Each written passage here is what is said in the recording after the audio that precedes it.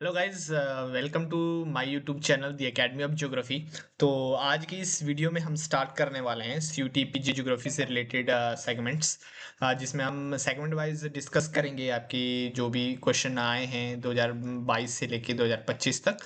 वो सब इस वीडियोस में हम जो है डिस्कस करने वाले हैं और ये पहला हमारा सेगमेंट है, पहली वीडियो हमारी इस सीरीज की, ठीक है। तो आज जो हम स्टार्ट करेंगे वो क्लाइमेटोलॉजी से स्टार्ट करेंगे और फिर धीरे धीरे हम जियोमोफोलॉजी, ओशनोग्राफी और जो भी अदर सेगमेंट्स हैं वो सारे यहाँ पर लेके आएंगे। तो अगर आपने चैनल को सब्सक्राइब नहीं किया है तो आप चैनल को सब्सक्राइब करिए सबसे पहले, क्योंकि ये बहुत ही इंपॉर्टेंट होने वाला है आपकी प्रेपरेशन के लिए। आज हम क्लाइमेटोलॉजी की 2022 से 25 तक जितने भी क्वेश्चन पूछे गए हैं उनको यहाँ पे डिस्कस करेंगे। तो चलिए हम वीडियो को स्टार्ट करते हैं। तो सबसे पहले हम 2022 से स्टार्ट करते हैं। 2022 में कौन कौन से क्वेश्चन आए थे, फिर हम 23, 24 और इस तरह से फिर 25 की डिस्कस करेंगे। तो क्लाइमेटोलॉजी से 2022 में पहला क्वेश्चन जो पूछा गया था वो इन्वर्जन ऑफ टेम्परेचर के ऊपर पूछा गया था कि इन्वर्जन ऑफ टेम्परेचर की क्या कंडीशंस हैं, उसके ऊपर एक क्वेश्चन पूछा गया था। तो इन्वर्जन ऑफ टेम्परेचर जो है बहुत ही इंपॉर्टेंट टॉपिक है, आपको इसके बारे में अच्छे से पढ़ लेना है, इन्वर्जन ऑफ टेम्परेचर के बारे में, ठीक है। तो देखिए दो स्टेटमेंट्स दी थी, आपको बतानी थी कौन सी स्टेटमेंट इसमें सही है कौन सी गलत है।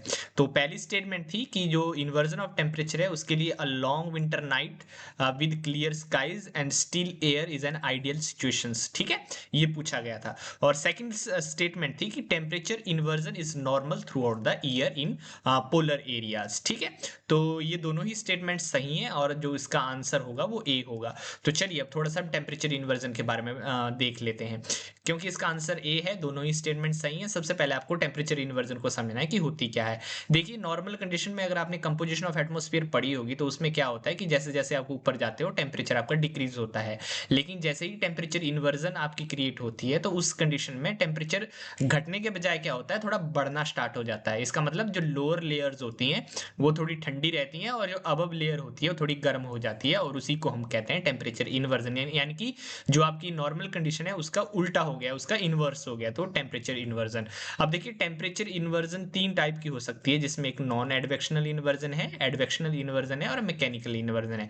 ये भी फर्दर दो टाइप की होती हैं, जिसमें एक ग्राउंड सरफेस या रेडिएशन इन्वर्जन होती है, फिर अपर एयर इन्वर्जन होती है। एडवेक्शनल में अगर हम देखें, एडवेक्शन का मतलब ही है जब आपकी हॉरिजॉन्टल मूवमेंट एयर की होती है और उस वजह से अगर आपकी इन्वर्जन क्रिएट हो रही है तो वो एडवेक्शनल इन्वर्जन है। नॉन एडवेक्शनल में वर्टिकल आपकी मूवमेंट एयर की होगी और उस केस में आपकी नॉन एडवेक्शनल इन्वर्जन देखने को मिलेगी, ठीक है। मैकेनिकल इन्वर्जन आपकी हो सकती है जैसे सबसिडेंस, किसी फोर्सेस की वजह से एयर आपकी सबसाइड कर जा रही है, मतलब आपकी ठंडी हवा नीचे सबसाइड कर जा रही है और जो आपकी गर्म हवा है वो थोड़ी ऊपर रह जा रही है क्योंकि वो लाइट वेट है, तो उस वजह से अगर इन्वर्जन क्रिएट हो रही है तो वो सबसिडेंस इन्वर्जन है। टर्बुलेंस या कन्वेक्टिव इन्वर्जन भी हो सकते हैं। तो ये तो टाइप थे, ठीक है। तो जो आपके क्वेश्चन में पूछा गया है कि जो इन्वर्जन है उसमें क्या, पहली स्टेटमेंट क्या है, क्लियर स्काइज और स्टिल एयर जो है आइडियल सिचुएशन होती है और पोलर एरियाज में ये थ्रू आउट द नाइट मिलते हैं, ये पूछा गया है। दोनों स्टेटमेंट सही है। तो देखिए क्या कंडीशंस होती हैं इन्वर्जन होने के लिए, कि पहले तो लॉन्ग विंटर नाइट्स होनी चाहिए। क्यों? क्योंकि लॉन्ग विंटर नाइट्स होंगी तो जो हीट लॉस है वो हीट लॉस अच्छे से हो पाएगा, तो उस वजह से क्या होगा, नीचे ठंडा और जो हीट लॉस ऊपर की लेयर की कम हीट लॉस हुई है, ऊपर की लेयर गर्म रहेंगी, तो उस वजह से ऊपर आपकी गर्म हवाएं होंगी, नीचे ठंडी हवाएं होंगी और इन्वर्जन अच्छे से हो पाएगा, ठीक है। क्लाउडलेस एंड क्लियर स्काई होना चाहिए, क्योंकि अगर स्काई क्लियर होगा तभी हीट लॉस हो पाएगी, अगर क्लियर स्काई नहीं है तो वो हीट को क्या कर देगा, ब्लॉक कर देगा, ब्लॉक करेगा, तो उसकी वजह से इन्वर्जन नहीं होगी, क्योंकि ये पूरा ही एटमोस्फियर आपका क्या रहेगा, गर्म रहेगा, तो इन्वर्जन नहीं रहेगी। Presence of dry air near the ground, क्योंकि dry air near the ground होगी तभी जाके वो ठंडी हो पाएगी, अगर नहीं होगी तो ठंडी नहीं होगी। Slow movement of air, air की स्लो मूवमेंट होनी चाहिए, अगर आपकी बहुत फास्ट एयर मूव कर रही है तो इसका मतलब जो नीचे ठंडी हवा होगी वो इसको यहां से पुश कर देगी और फिर इन्वर्जन नहीं क्रिएट होगी। फिर आगे है snow covered ground surface so the maximum reflection of heat radiation can occur, यही यहां से इसी स्टेटमेंट पूछेगी कि जो पोलर एरियाज हैं, क्योंकि पोलर एरियाज में क्या है, पोलर एरियाज में आपकी बर्फ है, ठीक है, बर्फ की वजह से दिन में क्या हुआ, यहाँ पे हीट आई, हीट एकदम रिफ्लेक्ट हो गई, क्योंकि क्या है यहाँ पर बर्फ का आपको पता है एल्बेडो जो होता है वो ज्यादा होता है, ज्यादा हीट को रिफ्लेक्ट करता है, ज्यादा हीट रिफ्लेक्ट हुई तो यहाँ पे इन्वर्जन जो है बेसिकली आपको थ्रू आउट द ईयर देखने को मिलती है। ठीक, तो ये रिजल्ट क्या होता है टेम्परेचर इन्वर्जन का, एटमॉस्फेयर में स्टेबिलिटी क्रिएट होती है और जो है डेंस फॉग क्रिएट होते हैं। तभी आप देखते हैं कि विंटर में इन्वर्जन होती है और इन्वर्जन की वजह से ही क्या होते हैं फिर जो है फॉग क्रिएट होते हैं। तो ये पहला क्वेश्चन आई थिंक आपको क्लियर हो गया होगा। आगे बढ़ते हैं। 2022 में ये क्वेश्चन पूछा गया था, विंड्स के ऊपर पूछा गया था, जिसमें आपको बताना था कि ये कौन सी विंड किस रीजन में मिलती है। बहुत ही इंपॉर्टेंट क्वेश्चन है। तो इसका जो आंसर होगा वो ए आंसर होगा अकॉर्डिंग टू ऑफिशियल आंसर की। तो जो चिली है वो चिली आपकी, क्योंकि जो चारों विंड्स पूछी गई हैं सारी वार्म और हॉट विंड्स हैं, वार्म और हॉट विंड्स हैं, और बेसिकली सारी ही सहारा रीजन, जो सहारा मरुस्थल है, सहारा डिजर्ट है, उसी के आसपास से ओरिजिनेट होती हैं। तो देखिए जो चिली है वो चिली एक ड्राई डस्टी विंड है जो कहाँ से स्टार्ट होती है, सहारा डिजर्ट से स्टार्ट होती है और ट्यूनिसिया की तरफ को फ्लो करती है। तो इसका मतलब पहले का होगा ट्यूनिसिया, मतलब पहले का ए ऑप्शन होगा। क्लियर। और दूसरा घिबली, घिबली भी एक हॉट और डस्टी विंड है जो लीबिया में पाई जाती है। ठीक है, लीबिया में घिबली, लीबिया में मिलेगी आपको, लीबिया में। ठीक, और जो खामसीन है, खामसीन आपकी इजिप्ट में मिलेगी। ये भी आपकी हॉट ड्राई सैंडी विंड है जो सहारा से ही ओरिजिनेट होती है और इजिप्ट की ओर या मेडिटेरियन सी की ओर बहती है। ठीक है, और लास्ट है लिवेची, लेविची भी एक हॉट और ड्राई डस्टी विंड है जो कहाँ से, साउथ या साउथ ईस्ट से फ्लो करती है, किस साइड को, सदर्न स्पेन की तरफ। ठीक है, तो लिवेची आपकी कहाँ पे मिलती है, आपकी स्पेन में मिलती है। क्लियर। तो ये थी, और इसका जो आंसर होगा वो पहला होगा, ए आंसर होगा। क्लियर। तो ये था। और अगर आपको मान लीजिए ये पीडीएफ चाहिए भी तो आपको हमारा जो टेलीग्राम चैनल है दी एकेडमी ऑफ ज्योग्राफी, इसका मैंने कमेंट बॉक्स में लिंक जो है वो लिंक कर दिया है। आप कमेंट बॉक्स से लिंक से ज्वाइन हो सकते हैं दी एकेडमी ऑफ ज्योग्राफी। ठीक है, तो वहाँ पे आपको ये पीडीएफ मिल जाएगा ताकि आप फ्यूचर में इसका रिवीजन कर सकें। तो इसके लिए मैंने और कुछ आपके लिए यहाँ पे बिंड दे रखी है, जितनी भी बिंड्स जो इंपॉर्टेंट बिंड्स है, जैसे शिनुक हो गई, फोइन हो गई, लू हो गई, हरमटन हो गई। ठीक है, कौन से रीजन में है, कैसी हैं और उनकी स्पेसिफिक सिग्निफिकेंस क्या है, वो सब मैंने आपके दे रखी है। तो आप जल्दी से हमारा चैनल जो है Telegram channel the academy of geography उसको ज्वाइन करिए और ये पीडीएफ वहां से आपको मिल जाएगा।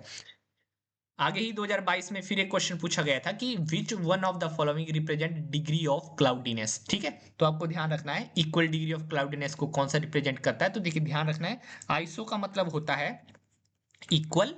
ठीक, आइसो का मतलब इक्वल होता है और नेफ का मतलब क्लाउड होता है। ठीक है, उसी से बना है आइसो नेफ, नेफ का मतलब क्लाउड होता है।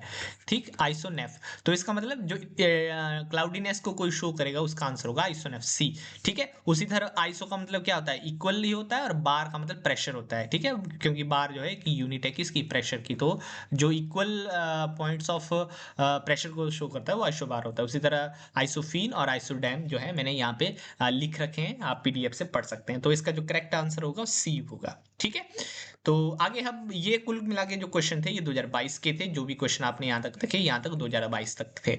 अब हम आगे प्रोसीड करें, और ये क्वेश्चन है आपका 2023 में पूछा गया है सीयूटी पीजी ज्योग्राफी में, कि रोअरिंग फोर्टीज रिप्रेजेंट। ठीक, देखिए आपकी जो सदर्न हेमिस्फीयर है उसमें जो आपकी वेस्टर्लीज होती है उसको रोरिंग फोर्टीज कहा जाता है, 40 डिग्री पे उसको रोरिंग फोर्टीज कहा जाता है। ठीक है, और उसी तरह 40 से 50 के बीच में, और जब ये वही विंड आपकी 50 से 60 के बीच में बहती है तो उसको फ्यूरियस 50 कहा जाता है, और वही 60 से 70 के बीच में कहती है बहती है तो उसको स्क्रीमिंग 60 कहा जाता है। तो बोलने का मतलब है कि जो रोरिंग फोर्टीज है वो क्या है आपकी, क्या है, सदर्न हेमिस्फीयर की वेस्टर्लीज है। सदर्न हेमिस्फीयर में जो वेस्टर्लीज विंड होती है उसको वहां पे 40 से 50 डिग्री के बीच में क्या कहा जाता है, रोअरिंग फोर्टिस। क्यों, क्योंकि सदर्न हेमिस्फीयर में आप देखेंगे लैंड पार्ट जो है वो कम है और जो ओशन पार्ट है वो ओशन पार्ट ज्यादा है। उस वजह से क्या होता है कि जो विंड की स्पीड है वो जैसे जैसे पोल की ओर बढ़ती जाती है तो विंड स्पीड बढ़ती जाती है। तो तब जाके इनके तीन नाम रखे गए हैं, 40 से 50 के बीच में रोरिंग फोर्टीज कहा जाता है, रोरिंग फोर्टीज। ठीक है, होप यू आर सिंग। और 50 से 60 के बीच में इसको फ्यूरियस फिफ्टीज कहा जाता है, याद रखना है, फ्यूरियस फिफ्टीज।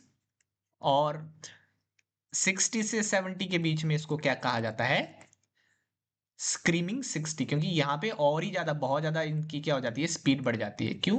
क्योंकि लैंड पार्ट कम है, ओशन पार्ट ज़्यादा है, तो धीरे धीरे स्पीड क्या होती है, साउथ पोल की तरफ बढ़ती जाती है। तो इस तरह से इनके नाम दिए गए हैं, roaring 40s, furious 50s, screaming 60s। ठीक, तो ये इसका जो सही आंसर होगा सेकंड होगा। ठीक है, सदर्न हेमिस्फीयर की वेस्टर्लीज। तो ये तीनों ही फीचर जो यहाँ पे लिखे, ये सदर्न हेमिस्फीयर के फीचर, इनको याद करिएगा। 2023 में अगला क्वेश्चन पूछा गया था कि क्लाइमेटोलॉजी का, कि जो डॉक्टर विंड्स होती हैं वो डॉक्टर विंड्स किसको कहा जाता है। तो इसका जो सही आंसर होगा वो हरमटन होगा, ए होगा। देखिए क्यों हरमटन, पहले आप देखिए कहाँ से कहाँ की ओर बहती है। हरमटन जो है आपकी सहारा रेगिस्तान से बहती है, यहाँ पे आपकी गिनिया कोस्ट है। ठीक है, गिनिया कोस्ट की ओर बहती है यहाँ से इस तरह से। ठीक है, तो होता क्या है, क्योंकि गिनिया कोस्ट है तो कोस्टल रीजन आपको पता है ह्यूमिडिटी ज्यादा होती है। जब जहां पर यहाँ पर ह्यूमिडिटी भी ज्यादा है, प्लस यहाँ पर टेम्परेचर और ह्यूमिडिटी दोनों ही ज्यादा है। टेम्परेचर और ह्यूमिडिटी दोनों ही ज्यादा होने की वजह से यहाँ का जो क्लाइमेट है वो क्लाइमेट एक अनकंफर्टेबल क्लाइमेट है, क्योंकि आपको पता है जहाँ पे ज्यादा ह्यूमिडिटी ज्यादा टेम्परेचर हो वहां पे कंफर्ट कम रहता है। ठीक है, तो होता क्या है, जब आपकी हरमटन विंड्स यहाँ से, क्योंकि ये सूखे रेगिस्तान से आ रही हैं, तो सूखे रेगिस्तान से जब ये बहती हैं और गिनिया कोस्ट की तरफ पहुंचती हैं, तो यहाँ पर जो ह्यूमिडिटी ज्यादा थी उस ह्यूमिडिटी को कम कर देती है, क्योंकि आपकी ड्राई विंड्स आ रही हैं। जब ह्यूमिडिटी कम होगी तो इनको क्या मिलता है, यहाँ पे कंफर्ट मिलता है। क्या मिलता है? कंफर्ट मिलता है, जो पहले ये इसमें रह रहे थे। ठीक है, कंफर्ट मिलने से यहाँ के लोग इस विंड को कहते हैं डॉक्टर विंड। ठीक है, किसको? हरमटन को। तो इसका सही आंसर होगा ए।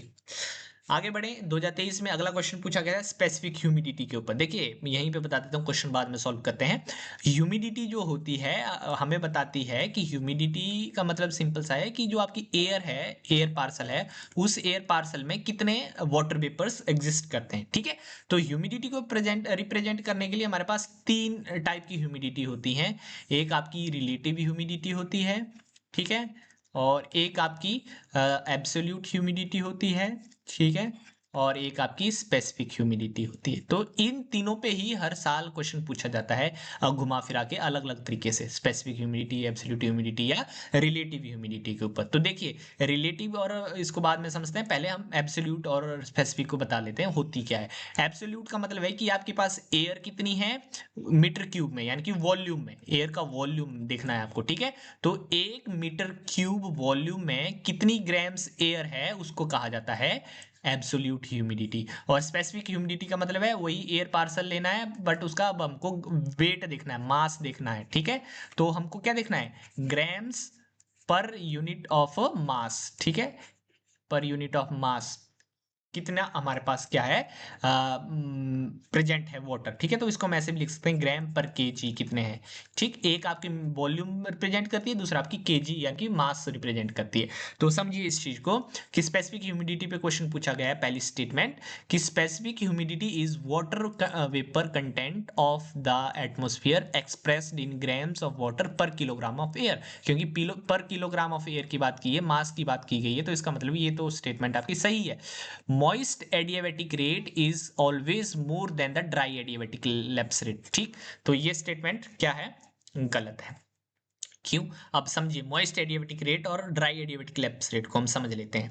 ठीक है, तो होता क्या है कि यहाँ पे मान लीजिए कोई एयर पार्सल है और एयर पार्सल ऊपर उठता है, ऊपर उठता है, तो ये क्या होगा, धीरे धीरे ऊपर उठेगा तो ये एयर पार्सल ठंडा होगा। तो जो इसके ठंडे होने की जो रेट है उसको बोलते हैं ड्राई एडियाबेटिक लैप्स रेट। क्या बोलते हैं? Dry adiabatic lapse rate. ठीक, और ये कितना होता है, 10 डिग्री सेल्सियस पर kilometre, dry adiabatic lapse rate.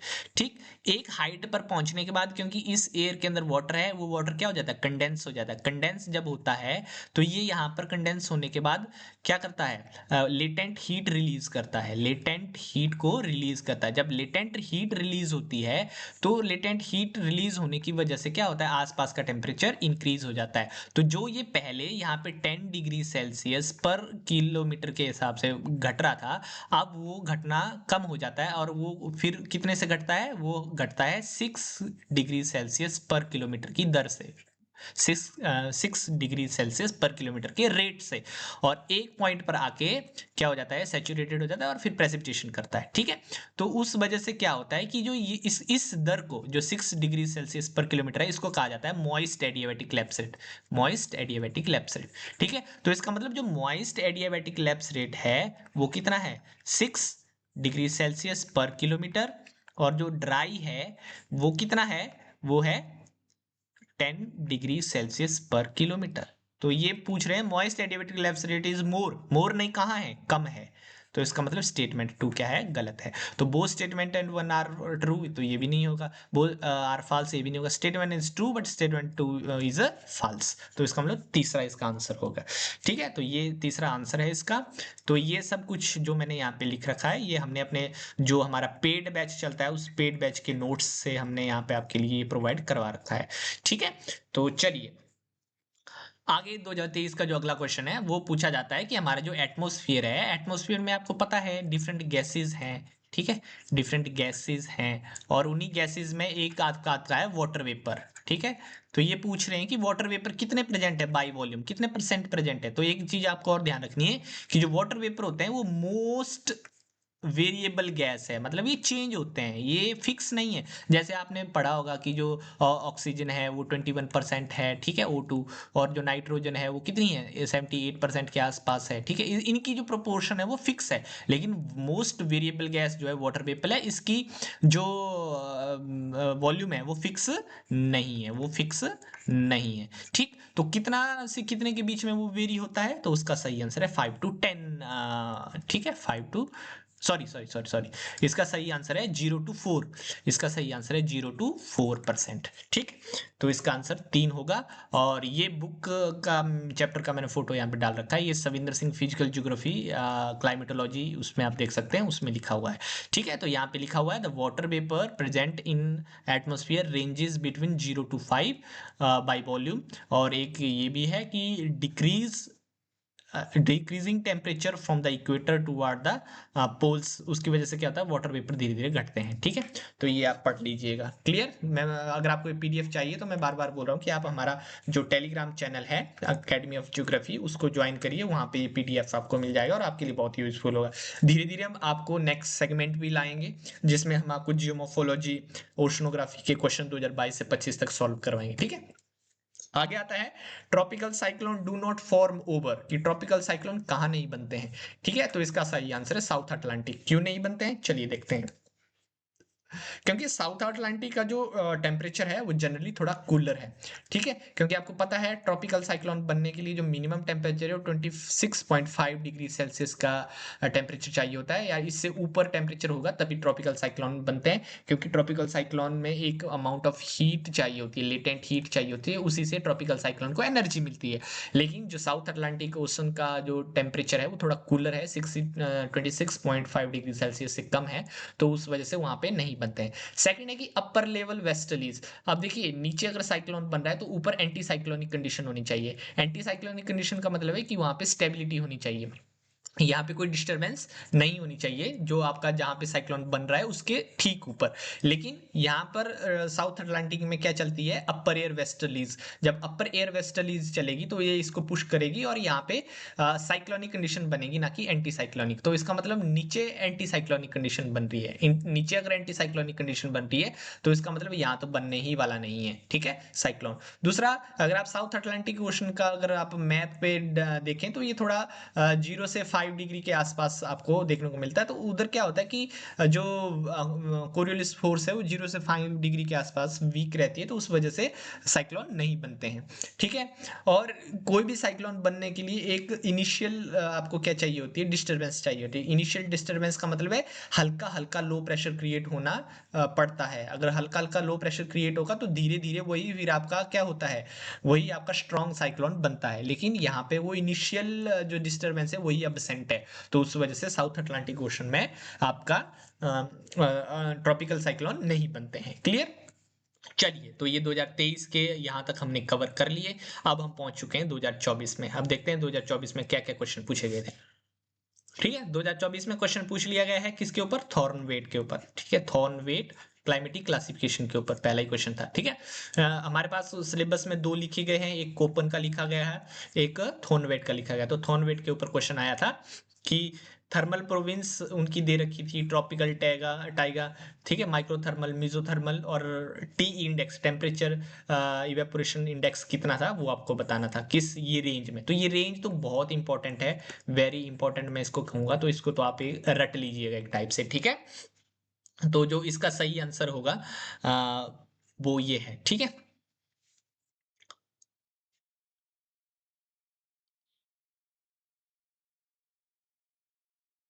ठीक है, तो ये यहाँ पे लिख रखी है पूरी रेंज, इस रेंज को आप देख लीजिएगा, क्योंकि जो on the basis of T index Thornthwaite ने टोटल 6 टेम्परेचर प्रोविंसेस में इस पूरे इसको बांटा था, जिसमें ट्रॉपिकल जो रीजन था, यानी कि यहाँ पे तो इन्होंने थोड़ा ए ही इसको दे रखा है, नहीं तो ये ए डैश बी डैश थ्री, मतलब ये तो चलो इनको ऑप्शन दे रखे होंगे, लेकिन इन्होंने ए डैश बी डैश नहीं लिख रखा है। तो ए डैश टाइप का जो टेम्परेचर प्रोविंस थी उसको उसने ट्रॉपिकल कहा, बी डैश को मेसोथर्मल कहा, और उसकी वैल्यू 64 से 127 के बीच में थी, माइक्रोथर्मल को 32 से 63 के बीच में डाला, टैगा को 16 से 31 के बीच में डाला, टुंड्रा को 1 से 15 के बीच में, और फ्रॉस्ट को 0, अगर 0 है तो वहां पे जो टेम्परेचर प्रोविंस होगी वो फ्रॉस्ट होगी। क्लियर। अब यहाँ पे क्या आंसर होगा, क्योंकि ट्रॉपिकल का सबसे हाई है अबव 127, तो ए का 3 होगा, ठीक है, ए का 3 होगा, और जहाँ पे ए का 3 है वही इसका आंसर, मतलब सी इसका सही आंसर है। यहाँ पे आसान क्वेश्चन था ये, अगर आपको थोड़ा सा अपना दिमाग लगाते। आगे बढ़े, 2024 में बहुत ही मोस्ट इंपॉर्टेंट क्वेश्चन है, यूजीसी नेट में भी बार बार पूछा जाता है, और यहाँ पे यूजी सीयूईटी में भी बार बार ये पूछा गया है ये क्वेश्चन। आपको जो लेयर्स हैं हीट्रोस्फीयर में, क्योंकि हीट्रोस्फीयर में जो गैसेस हैं वो उनकी फिक्स कंपोजिशन नहीं है, जैसे हमारा देखिए होमोस्फीयर और हीट्रोस्फीयर, मान लीजिए ये हीट्रोस्फीयर है क्योंकि होमो और हीट्रो में दो में बांटा है, और ये होमोस्फीयर है। तो यहाँ पर जो गैसेज हैं वो फिक्स प्रोपोर्शन में है, जैसे सपोज करिए यहाँ पे नाइट्रोजन है, तो नाइट्रोजन पूरे इस होमोस्फीयर में 78% के आसपास है, ठीक है, 78 के आसपास है। तो वो सारी आपको कहीं भी हो सकती है वो गैस, ठीक है। लेकिन जो हीट्रोस्फीयर है, हीट्रोस्फीयर डिफरेंट लेयर्स में बंटा हुआ है, ठीक है, डिफरेंट लेयर्स में। एक लेयर आपकी आएगी हीलियम लेयर, एक लेयर आएगी आपकी हाइड्रोजन लेयर, ठीक है, उसके बाद फिर नाइट्रोजन या इस तरह से लेयर आएंगी। तो जो सबसे नीचे की लेयर होती है वो होती है नाइट्रोजन, क्यों, क्योंकि नाइट्रोजन जो गैस है वो थोड़ी हैवी होती है, ठीक है, तो सबसे नीचे रहती है।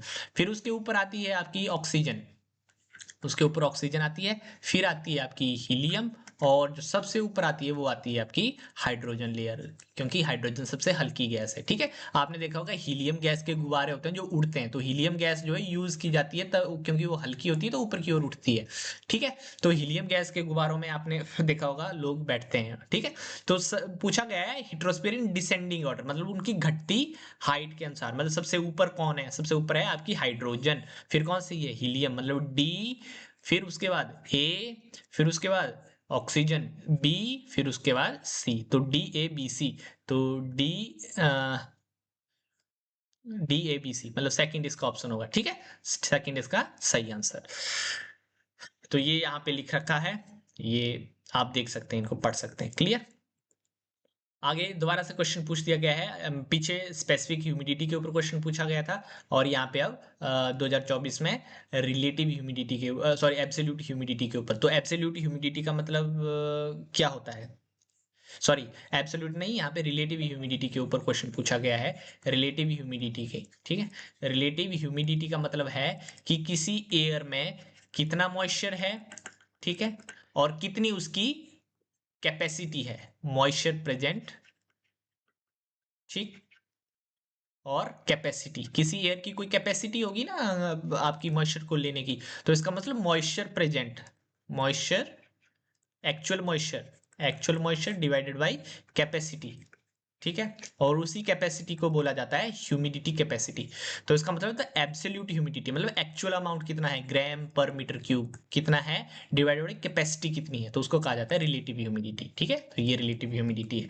तो ये रिलेटिव ह्यूमिडिटी के बारे में और यहाँ पे चीज लिखी रखी है, अगर रिलेटिव ह्यूमिडिटी 100% है तो इसका मतलब सैचुरेशन हो चुकी है, और इस पॉइंट पे आके क्या होगी आपकी कंडेंसेशन स्टार्ट हो जाएगी, और प्रेसिपिटेशन होने के चांसेस होंगे जब आपकी रिलेटिव ह्यूमिडिटी 100% होगी। 100% होने का मतलब मतलब कि कोई एयर पार्सल में जितना वो पानी उठा सकता था उतना ही उसमें मॉइस्चर है, और अब इससे ज्यादा मॉइस्चर अगर इसमें डाला तो ये क्या करेगा, नीचे फेंक देगा, यानी कि बारिश कर देगा। ठीक है, तो ये रिलेटिव ह्यूमिडिटी थी। यहाँ पर अगर आप देख सकते हैं कि रिलेटिव ह्यूमिडिटी टेम्परेचर के साथ घटती बढ़ती है। टेम्परेचर बढ़ाओगे तो आपकी जो गैसेज होंगी वो गैसेज क्या होंगी, फैलेंगी। जब गैसेज फैलेंगी तो जो उसमें वाटर वेपर है वो इसके कंपैरेटिवली क्या हो जाएंगे, कम हो जाएंगे, और जब कम होंगे तो इसका मतलब रिलेटिव ह्यूमिडिटी क्या हो जाएगी, डिक्रीज हो जाएगी। तो मतलब टेम्परेचर अगर आपने बढ़ाया, टेम्परेचर अगर आपने बढ़ाया तो रिलेटिव ह्यूमिडिटी कम हो गई। ठीक है, उसी तरह अगर आपने टेम्परेचर को घटाया, देखिए यहाँ पे टेम्परेचर कितना था, 10 डिग्री सेल्सियस टेम्परेचर, इसका मतलब 100% ह्यूमिडिटी। यहाँ पे टेम्परेचर 20 कर दिया, 20 करने का मतलब अब इसकी कैपेसिटी बढ़ गई,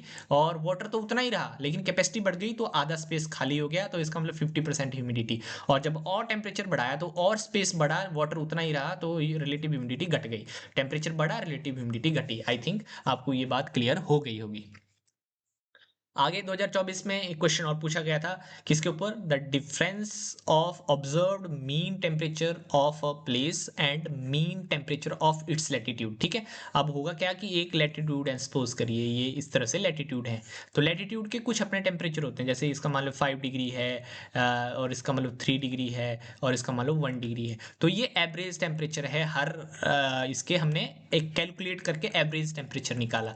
ठीक है, लेकिन फिर हमने एक्चुअल में ऑब्जर्व किया वहां पे जाके थर्मोमीटर के साथ, लेकिन हमने ऑब्जर्व किया तो ये 1 डिग्री के बराबर नहीं आया। ठीक है, ये इससे थोड़ा कम या ज्यादा आया। तो जब वो जो डिफरेंस होता है कि कितना डिफरेंस आया उसको बोलते हैं हम थर्मल एनोमली। तो यही क्वेश्चन पूछा गया है, the difference of observed mean temperature, जो यहाँ पे ऑब्जर्व किया मीन टेम्परेचर वो, और and mean temperature of its latitude, और इस लैटिट्यूड का मीन टेम्परेचर कितना है वो जब हमने ऑब्जर्व किया और उसका डिफरेंस देखा, तो जो ऑब्जर्व्ड और एक्चुअल में जो डिफरेंस आया वो आपकी हुई थर्मल एनोमली। थर्मल एनोमली, ठीक है, थर्मल एनोमली उसको कहते हैं। और थर्मल एनोमली दो टाइप की हो सकती है, वो एक हो सकती है पॉजिटिव और एक हो सकती है नेगेटिव। ठीक है, पॉजिटिव का मतलब है कि अगर टेम्परेचर जो यहाँ पे एक्चुअल में था उससे ज्यादा आया तो ये पॉजिटिव हो जाएगी, और अगर इससे कम आया, मान लो यहाँ पे 1 है तो ये जो ऑब्जर्व करके 2 आया तो इसका मतलब ज्यादा है, तो ऑब्जर्व पॉजिटिव थर्मल एनोमली हुई। और मान लीजिए 0 आ गया तो इसका मतलब कम है, तो नेगेटिव थर्मल एनोमली होगी। ठीक, यही सब कुछ यहाँ पे लिखा है। Thermal anomaly is the difference between observe temperature of a place and mean temperature of same latitude passing through that place. Okay, तो positive thermal anomaly, negative thermal anomaly. और इसी तरह इक्वल थर्मल एनोमली वाले जो places हैं उसको connect करने वाली जो लाइन होती है उस लाइन को कहा जाता है आइसो एनोमलस। ठीक है, एनोमलस लाइंस या टेम्परेचर लाइंस। ठीक है, आइसोनेमलस भी कहते हैं। तो ये था, दोबारा बोल रहा हूँ कि ये पीडीएफ का आपको चाहिए तो आप हमारा टेलीग्राम चैनल ज्वाइन कर लीजिए। क्लियर। 2024 में एक और क्वेश्चन आया था जिसमें ट्रॉपिकल साइक्लोन के बारे में पूछा गया था कि the maximum wind speed in a tropical cyclone is in eye wall. ये स्टेटमेंट सही है। आई वॉल जो आपकी साइक्लोन की होती है, ये आई पार्ट होता है, इसके सराउंडिंग में ही आई वॉल होती है, और आई वॉल में सबसे ज्यादा विंड स्पीड होती है किसी भी साइक्लोन की। ठीक है, तो ये स्टेटमेंट आपकी सही है। They develop as a consequences of frontal development in tropics, ये बिल्कुल गलत स्टेटमेंट है, क्योंकि फ्रंट्स बनते ही नहीं है। फ्रंट्स कब बनते हैं, जब दो अपोजिट एयर मासेस आपके टकराते हैं, और टकराने से फिर एक एयर मास ऊपर उठता है, एक नीचे रह जाता है, उस वजह से फ्रंट बनता है। और फ्रंट्स बनते हैं आपके टेम्परेट रीजन में, टेम्परेट रीजन में बनते हैं, प्लस वहां पे वो क्या करते हैं, टेम्परेट साइक्लोन क्रिएट करते हैं, टेम्परेट साइक्लोन क्रिएट करते हैं। Clear.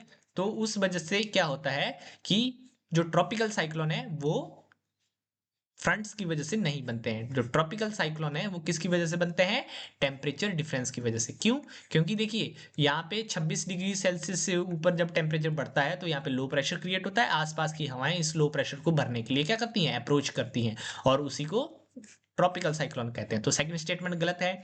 The matured stage of a cyclone is called tropical depression, ये बिल्कुल गलत स्टेटमेंट है।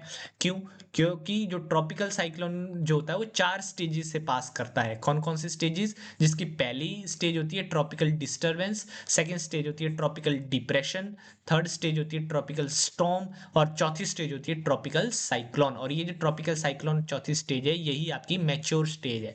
ठीक है, और मैच्योर स्टेज को हम या तो ट्रॉपिकल ट्रॉपिकल साइक्लोन बोलते हैं और डिफरेंट रीजन में डिफरेंट नाम से जानते हैं। अमेरिका के आसपास के रीजन में इसको हरिकेन के नाम से जानते हैं, ठीक है। उसके बाद टाइफून, बुगियो, ये नाम सब जानते हैं। ये है आपकी मैच्योर्ड स्टेज, ना कि क्या जो यहाँ पे दे रखी है ट्रॉपिकल डिप्रेशन, ये आपकी मैच्योर्ड स्टेज नहीं है। तो इसका मतलब बी और सी दोनों गलत हैं। बी भी गलत है, सी भी गलत है, तो इधर भी बी है, इधर नहीं है, और इधर सी है। तो मतलब ये तीन स्टेटमेंट गलत हैं, दो सेकंड इसका सही आंसर होगा। चौथी स्टेज है क्यूमुलोनिम्बस क्लाउड, क्योंकि क्यूमुलोनिम्बस क्लाउड जो होते हैं वो डोमिनेंट होते हैं ट्रॉपिकल साइक्लोन में, क्योंकि ये कैसे बनते हैं, इस तरह से ऊपर उठते हैं टॉलर, क्योंकि यहाँ पे इस आई वॉल के सारे विंड्स जब ऊपर उठती हैं तो क्यूमुलोनिम्बस क्लाउड्स बनते हैं और वो फिर क्या करते हैं, रेन करते हैं। क्लियर। तो ये इसका सही आंसर क्या है, सेकंड। ये यहाँ पे लिख रखा है cumulonimbus are the dominant clouds in the tropical clouds, in tropical cyclone, sorry यहाँ पे साइक्लोन होना था, tropical cyclone which are rainy clouds, ठीक है। Hence four statement is correct. Clear. तो पीडीएफ को आप टेलीग्राम पे ले सकते हैं। आगे ये ट्रॉपिकल साइक्लोन के बारे में थ्योरी यहाँ पे लिख रखी है, जब आप पीडीएफ लेंगे तो आप इसको पढ़ सकते हैं। क्लियर। मैक्सिमम स्पीड यहाँ पे लिख रखी है वो हाई वॉल के आसपास होती है। और यहाँ पे एक और आपको ध्यान रखना है कि ये डिफरेंट जगहों पे डिफरेंट नाम से जानते हैं। जैसे हरिकेन कहाँ जा, ये भी क्वेश्चन पूछा जाता है, हरिकेन कहाँ जाना जाता है, वेस्टर्न हेमिस्फीयर में, यानी कि यूएसए के आसपास। टाइफून कहाँ बोलते हैं, western Pacific off the coast of Asia, जो पैसिफिक ओशन है एशिया के आसपास वहां पे बोला जाता है, जैसे चाइना के आसपास, ठीक है। Cyclone in the Indian ocean किसके नाम से जाने जाते हैं, जो इंडियन ओशन में बनते हैं उसको साइक्लोन बोलते हैं, सिंपल, ठीक, सिंपल साइक्लोन, ठीक है। और जो जापान में बनते हैं सेम, उसको टाइफू कहते हैं, फिलीपींस में बुगियो कहते हैं, और विली विली ऑस्ट्रेलिया में कहा जाता है। तो ये आप ध्यान रखिएगा, ये बहुत ही इंपॉर्टेंट क्वेश्चन है, वेरी वेरी इंपॉर्टेंट, ठीक है। उसके बाद ये कंपोजिशन के ऊपर, स्ट्रक्चर के ऊपर क्वेश्चन है, एटमॉस्फेयर के स्ट्रक्चर के ऊपर क्वेश्चन पूछा गया है। पहली लाइन है आपके सिलेबस की क्लाइमेटोलॉजी के, reflect the radio waves back to the earth, कौन सी इससे आती है, तो इसका सही आंसर होगा आयनोस्फीयर। क्यों, क्योंकि जो आयनोस्फीयर होता है वो किसके अंडर आता है, थर्मोस्फीयर के अंडर आता है, थर्मोस्फीयर के अंडर आता है। और ये जो थर्मोस्फीयर में ही एक आपकी छोटी लेयर होती है जिसको आइनोस्फीयर कहते हैं, और इस आइनोस्फीयर में आपके बहुत छोटे छोटे आयन होते हैं जिनको हम केटाइन या एनाइन के रूप में बोलते हैं। और ये केटाइन और एनाइन क्या करते हैं, जो नीचे से रेडियो वेव्स जाती हैं वो इन केटाइन positive negative positive negative positive negative के साथ टकराती हैं और दोबारा से वापस अर्थ के सरफेस पे आ जाती हैं, ठीक है। तो ये इसका सही आंसर होगा आइनोस्फीयर। क्लियर। तो थर्मोस्फीयर के बारे में आप पढ़ सकते हैं, ये बहुत इंपॉर्टेंट है, डी लेयर, ई लेयर, एफ लेयर, जी लेयर, ये क्वेश्चन इंपॉर्टेंट है कि ये एक बार नेट में पूछा गया था, कैनिले हैबिसाइड लेयर कहाँ पाई जाती है, तो ये आपको थोड़ा यूजीसी नेट में ये क्वेश्चन आया था, आपको थोड़ा ध्यान रखना है। क्लियर। अब चलिए 2024 यहाँ तक फिनिश होता है, अब हम बढ़ते हैं 2025 की तरफ, ठीक है। 2025 में पहला ही क्वेश्चन आपका टूल्स के ऊपर, या एक तो टूल्स ही है और थोड़ा फैक्टर्स के ऊपर पूछा गया था, ठीक है, फोर्सेस के ऊपर। तो अनेमोमीटर, अनेमोमीटर देखिए दो टाइप के विंड से रिलेटेड दो इंस्ट्रूमेंट होते हैं, एक होता है विंड वेन, ठीक है, विंड वेन होता है। विंड वेन का मतलब क्या होता है, विंड वेन का मतलब होता है जो आपकी विंड की, जब आपने देखा होगा पहले गाड़ियों की छत पे इस तरह से एक टूल लगा था जो हवा के साथ घूमता रहता था, ठीक है, उसको विंड वेन कहते हैं, जो आपकी डायरेक्शन को बताता है, विंड की डायरेक्शन को। और एक होता है अनेमोमीटर, अनेमोमीटर का मतलब ही क्या है आपका, कि वो क्या करता है, विंड की स्पीड को बताता है, ठीक है, वो विंड की स्पीड को बताता है। तो अनेमोमीटर का मतलब क्या होगा, विंड स्पीड, इसका मतलब सेकंड ऑप्शन होगा इसका, ठीक है। तो ए का आपका हो गया दो, ठीक। उसके बाद कोरियोलिस फोर्स, सब जानते हैं कोरियोलिस फोर्स की वजह जो हवाएं होती हैं वो नॉर्दर्न हेमिस्फीयर में किस ओर घूमती हैं, राइट हैंड की तरफ, और जो सदर्न हेमिस्फीयर में लेफ्ट हैंड की तरफ। तो deflection in air, deflection in wind speed direction, ठीक है। तो ये इसका चार होगा, मतलब कोरियोलिस फोर्स बी का चार होगा, ठीक। उसके बाद pressure gradient force, pressure gradient force ही है, प्रेशर ग्रेडियंट फोर्स का मतलब है कि मान लीजिए यहाँ पे ए प्लेस है, यहाँ पे बी प्लेस है, तो इस ए प्लेस पे आपका क्या है, कम टेम्परेचर है, सपोज करिए लो टेम्परेचर है, इस पे लो प्रेशर, ठीक। सॉरी प्रेशर की बात करता हूँ, और यहाँ पे हाई प्रेशर है, तो क्या होगा, हाई प्रेशर से लो प्रेशर की ओर हवाएं चलेंगी। क्यों चलेंगी? क्योंकि यहाँ पे प्रेशर ग्रेडियंट फोर्स क्रिएट हुई है, एक क्या बनी है, एक स्लोप क्रिएट हुई है, तो जिसको कहा जाता है प्रेशर ग्रेडियंट फोर्स। उसी फोर्स की वजह से ये विंड यहाँ से यहाँ को मूव कर पा रही है। ठीक है, तो जो प्रेशर ग्रेडियंट फोर्स होती है वो क्या करती है, डेवलपमेंट ऑफ एटमॉस्फेरिक सर्कुलेशन। तो प्रेशर ग्रेडियंट फोर्स की वजह से ही जो विंड होती है वो विंड सर्कुलेशन स्टार्ट होती है। क्लियर? तो जो सी होगा, सी का होगा 1। ठीक, और उस तरह डी फ्रिक्शनल फोर्स। फ्रिक्शन क्या होती है, किसी चीज को रोकती है, एक अपोजिट फोर्स क्रिएट करती है फ्रिक्शन।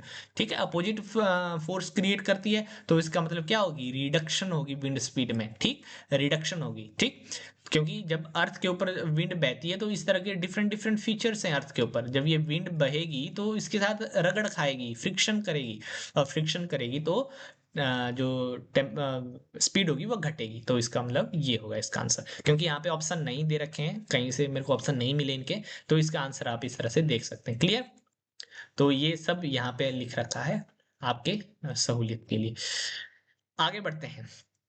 फिर से ट्रॉपिकल साइक्लोन के ऊपर क्वेश्चन आया है, और इस बार ट्रॉपिकल साइक्लोन की स्टेजेस के ऊपर क्वेश्चन पूछा गया है। तो इसका मतलब ट्रॉपिकल साइक्लोन इंपॉर्टेंट टॉपिक हो रहा है आपके लिए। ठीक है, ट्रॉपिकल साइक्लोन हो गया, ह्यूमिडिटी हो गई। ठीक है, ह्यूमिडिटी के बाद आपका एटमोस्फियर का स्ट्रक्चर और कंपोजिशन हो गए, ये इंपॉर्टेंट टॉपिक है, इनको स्टडी करिए अच्छे से, यहाँ से क्वेश्चन आते हैं। ठीक है, तो ट्रॉपिकल साइक्लोन के स्टेजेस के ऊपर क्वेश्चन पूछा है। अभी मैंने पीछे आपको बताया कि ट्रॉपिकल साइक्लोन की 4 स्टेजेस होती हैं। पहली स्टेज ट्रॉपिकल डिस्टर्बेंस, ठीक है, जहां पे स्पीड आपकी रहती है 0 से 36 किलोमीटर पर आवर के बीच में। ठीक, सेकंड स्टेज आपकी ट्रॉपिकल डिप्रेशन, जहां पे स्पीड आपकी 37 से 63 किलोमीटर पर आवर के बीच में बन जाती है। ठीक, यहाँ पे ध्यान रखिएगा, ट्रॉपिकल डिस्टर्बेंस में हल्का हल्का लो प्रेशर क्रिएट हो रहा है, और यहाँ पे आपको क्लियर सर्कुलेशन नहीं दिखाई दे रही है। यहाँ पे धीरे धीरे क्लियर सर्कुलेशन क्रिएट होती है, धीरे धीरे साइक्लोन क्रिएट होना स्टार्ट होता है, लेकिन यहाँ पे भी साइक्लोन पूरी तरह स्टार्ट नहीं हुआ है, क्योंकि स्पीड अभी भी 37 से 63 किलोमीटर के बीच में है। थर्ड स्टेज में जो लो प्रेशर है वो क्लियरली दिखाई दे रहा है, और विंड थोड़ा और ज्यादा क्लियर हो चुकी है, जो विंड की सर्कुलेशन है वो थोड़ी और ज्यादा क्लियर हुई है, और यहाँ पे जो विंड की स्पीड है वो 63 से 117 किलोमीटर पर आवर के बीच में पहुंच चुकी है। और जो लास्ट स्टेज है, जो मैच्योर स्टेज है, क्योंकि मैच्योर स्टेज के ऊपर क्वेश्चन पूछा गया था ना, तो मैच्योर स्टेज जो है वो है आपकी ट्रॉपिकल साइक्लोन, जहां पे विंड स्पीड आपकी 117 किलोमीटर पर आवर से ऊपर हो जाती है, और वो ट्रॉपिकल साइक्लोन होते हैं। ठीक है, फिर और ज्यादा स्पीड अगर बढ़ती जाती है, मान लो 180 किलोमीटर पर आवर तक पहुंच गई, तो वो मेजर हरिकेन्स होते हैं। मेजर हरिकेन्स बहुत जो बहुत ज़्यादा डिस्ट्रक्शन करते हैं वो साइक्लोन होते हैं, फिर उनको हम हरिकेन के नाम से या मेजर हरिकेन, जैसे कैटरीना हरिकेन था, ठीक है, उसके नाम से जानते हैं। तो क्वेश्चन क्या पूछा गया है कि इन स्टेजेस को क्या करिए आप, असेंडिंग विंड स्पीड के आधार पर एडजस्ट करिए। तो सबसे कम कौन सी होगी, डिस्टर्बेंस, जहाँ पे विंड स्पीड आपकी कितनी है, 33 किलोमीटर तक है। ठीक है, फिर उसके बाद कौन सी आती है, उसके बाद क्योंकि स्टॉर्म लिखा है उन्होंने, डिप्रेशन नहीं लिखा, तो स्टॉर्म लिखा, तो दूसरी स्टॉर्म है, मतलब बी डी। ठीक, और फिर साइक्लोन आएगा 117 के ऊपर ए, और लास्ट में मेजर हरिकेन जो बहुत स्पीड से साथ चलते हैं, ए सी। तो बी डी ए सी इसका सही आंसर होता है, यानी कि पहला आंसर इसका सही है। क्लियर? आगे बढ़े। आगे क्वेश्चन एक और पूछा गया है कि a condition in which temperature in the troposphere increase with height is called. ठीक, क्या कहते हैं, इन्वर्जन ऑफ टेम्परेचर। पहले भी इन्वर्जन ऑफ टेम्परेचर के ऊपर क्वेश्चन आया था, दोबारा से क्वेश्चन आ चुका है। ठीक है, क्लियर? आगे बढ़े, तो ये आसान क्वेश्चन है, कोई टफ नहीं है। ठीक है, उसके बाद एक और विंड पूछी गई है, द मीनिंग ऑफ, एक सेकेंड, जी हाँ, inversion of temperature. Clear, same question पूछा गया है। अब आगे बढ़े, तो इसका मतलब है the meaning of dash dash wind is local language is called snow eater. Snow eater, तो इसका सही आंसर चिनूक है, जो आपकी नॉर्थ अमेरिका के प्लेन्स में बहती है। क्योंकि देखिए यहाँ पे समझते हैं इस चीज को, होता क्या है कि ये आपके रॉकीज पर्वतमाला है। जैसे जैसे विंड यहाँ से स्टार्ट होती है, तो ये धीरे धीरे ऊपर बढ़ती है, ठंडी होती है, ठंडी होने के बाद धीरे धीरे क्या करती है, जो भी इसके पास मॉइस्चर होता है उस मॉइस्चर को लॉस कर देती है, यहाँ पे बारिश हो जाती है। और जैसे ही फिर इस साइड को नीचे उतरती है, तो नीचे वो उतरते उतरते क्या होती है, इसका जो टेम्परेचर होता है वो इंक्रीज होता है। इंक्रीज होने की वजह से जो इस एरिया में क्या होता है, बर्फ पड़ा होता है, वो इस बर्फ को क्या करती है, फिनिश कर देती, क्योंकि गर्म हो गई है, गर्म हवा क्या कर देगी, पिघला देगी। जब पिघला देगी तो तभी उस वजह से इस विंड को, चिन्यूक विंड को कहा गया है क्या, स्नो हीटर। और इस रीजन में आपकी वीट बहुत ज्यादा अच्छी होती है सर्दियों में, क्योंकि ये गर्म हवाएं उस बर्फ को पिघलाएंगी, और पिघलाने के बाद क्या करेंगी, आ, उसको क्या कर देंगी ये, अच्छी पानी के रूप में बदलेंगी, और उससे क्या हो जाएगा, जो वीट है वो अच्छी हो पाएगी। क्लियर? एक सेकेंड।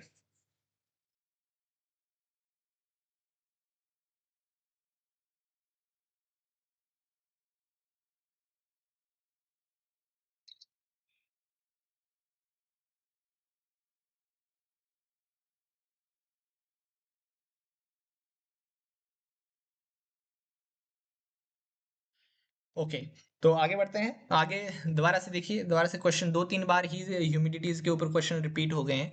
दोबारा से यहाँ पे क्वेश्चन आ गया है, स्पेसिफिक ह्यूमिडिटी के ऊपर क्वेश्चन पूछा है। अब जो रीजन है वो रीजन के बारे में पूछा है कि स्पेसिफिक ह्यूमिडिटी सबसे ज्यादा कहाँ पे होगी।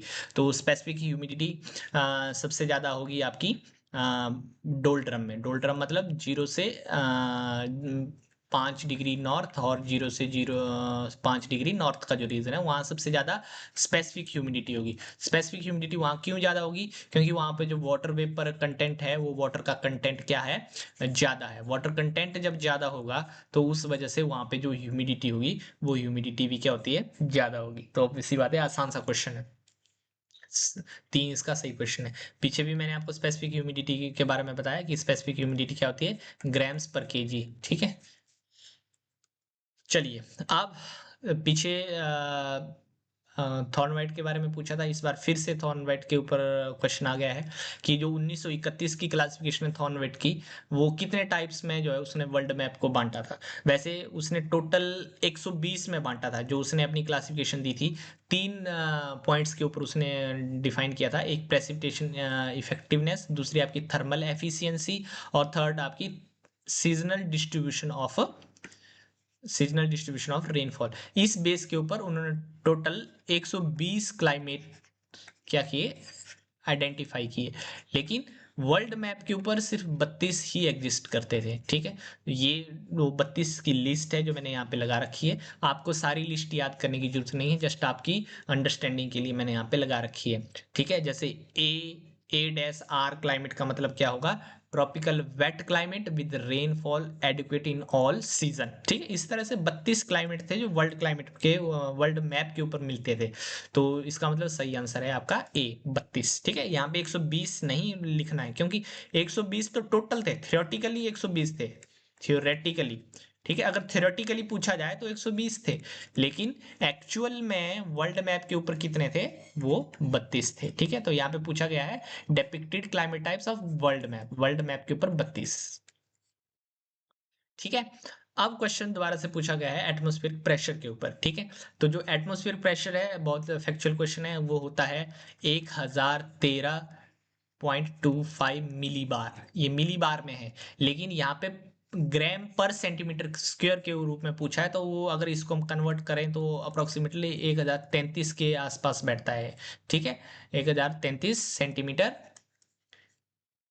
सॉरी, ग्राम्स पर सेंटीमीटर स्क्वायर। ठीक है, ये है। तो इसका मतलब यहाँ पे 1004 लिखा हुआ है, तो ये स्टेटमेंट गलत है। फिर दूसरा है, the rate and direction of change in air pressure is term as barometric slope. बिल्कुल सही है कि किस डायरेक्शन में आपका टेम्परेचर चेंज हो रहा है, और कितना चेंज हो रहा है प्रेशर, तो उस चीज को कहा जाता है बैरोमीट्रिक स्लोप। ठीक है, ये एक फैक्चुअल क्वेश्चन है, ज्यादा कोई बहुत बड़ा क्वेश्चन नहीं है। फिर तीसरा है, द स्पेस बिटवीन आइसोबार्स। जो आइसोबार्स के बीच का जो स्पेस होता है, उस स्पेस को क्या कहते हैं, उस स्पेस को कहा जाता है प्रेशर ग्रेडियंट। मैंने बोला कि प्रेशर ग्रेडियंट फोर्स से ही आपकी विंड सर्कुलेशन क्या होती है, क्या होती है, स्टार्ट होती है। ठीक, विंड सर्कुलेशन स्टार्ट होती है किससे, प्रेशर ग्रेडियंट फोर्स से, अभी मैंने पीछे बताया। ठीक है, तो जब ये एक आइसोबार है, मान लीजिए 1003 को दर्शा रहा है, और एक आइसोबार है 1001 एक को दर्शा रहा है, तो इनके बीच में जो डिफरेंस है वो क्या बताता है, टेम्परेचर सॉरी प्रेशर डिफरेंस, और उस प्रेशर डिफरेंस को किससे मापा जाता है, प्रेशर ग्रेडियंट से। तो ये भी सही है, ठीक है, बी और सी दोनों सही है। The atmosphere pressure is increase with height, ये बिल्कुल गलत स्टेटमेंट है। जैसे जैसे हम ऊपर बढ़ेंगे तो जो एटमोस्फियर प्रेशर है वो धीरे धीरे घटेगा, डिक्रीज होता है ऊपर बढ़ते हुए, ना कि इंक्रीज होता है, ठीक है। तो ये स्टेटमेंट गलत है, तो इसका मतलब सही स्टेटमेंट बी और सी है, बी और सी इसकी सही स्टेटमेंट है। ये सब सारी स्टेटमेंट्स यहाँ पे लिखी हुई है, ठीक, क्लियर, ओके। तो ये थी कुल मिला के जो टेलीग्राम सॉरी जो 2022 से 2025 तक क्लाइमेटोलॉजी के क्वेश्चन पूछे गए थे, ये टोटल आज की इस वीडियो में हमने कवर कर लिए हैं। और अगर आपको ये वीडियो पसंद आई तो हमारे चैनल को सब्सक्राइब कर लीजिए, और इस पीडीएफ को पाने के लिए दी एकेडमी ऑफ जियोग्राफी को आप टेलीग्राम पे क्या कर सकते हैं, ज्वाइन कर सकते हैं, ठीक। तो मिलते हैं आपके साथ नेक्स्ट वीडियो में, तब तक के लिए धन्यवाद। नेक्स्ट वीडियो में हम जियोमॉर्फोलॉजी आपको आपके पास लेके आएंगे, तो आप चैनल को सब्सक्राइब कर लीजिए। Thank you very much.